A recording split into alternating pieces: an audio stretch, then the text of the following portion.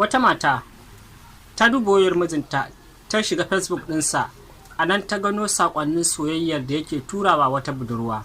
Suna soyayya. Maimakon ta tayar da rikici kai tsaye, sai ta yanke shawarar yin wata dabara.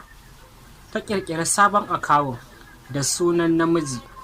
Ta tura masa friend request kuma ya amince. Bayan haka sai ta tattara dukkan saƙonnin da ya taɓa turawa waccan budurwar. Ta aika masa su gaba ɗaya domin ya gane cewa ta san sirrinsa. Daga nan sai ta fara masa magana cikin barazana. Tana bayyana kanta a matsayin ɗan Boko Haram, tare da jaddada cewa ta san komai a kansa, sunansa, sunan mahaifiyarsa, yaransa da adadinsu, har da sana'arsa, har lokacin da yake fita yake dawowa, har ma da sunayen abokanansa da wajen da yake zama. Ta ƙara da cewa idan bai daina hurɗa da wannan matar ba, ko chatin ko kuma kira, zai fuskanci mummunar illa, saboda yana magana ne da mijinta.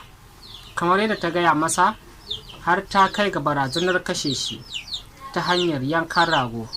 Wannan saƙon ya girgiza shi ƙwarai, har ya fara zufa, yana ta maimaita inna lillahi wa inna ilaihi raji'un.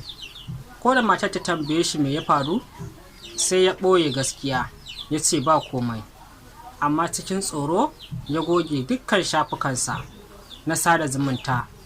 A washe gari ma sai ya kai wayarsa kasuwa ya siyar, ya siyi sabuwar keypad wadda zai dinga yin kira kawai. Tun daga wannan lokaci ya daina kula mata a waje. Shin wannan barazanar ta dace kuwa, ko dai ta yi son kai da yawa? Ba kai bane ka canza, idanka ne kawai ya buɗe yanzu.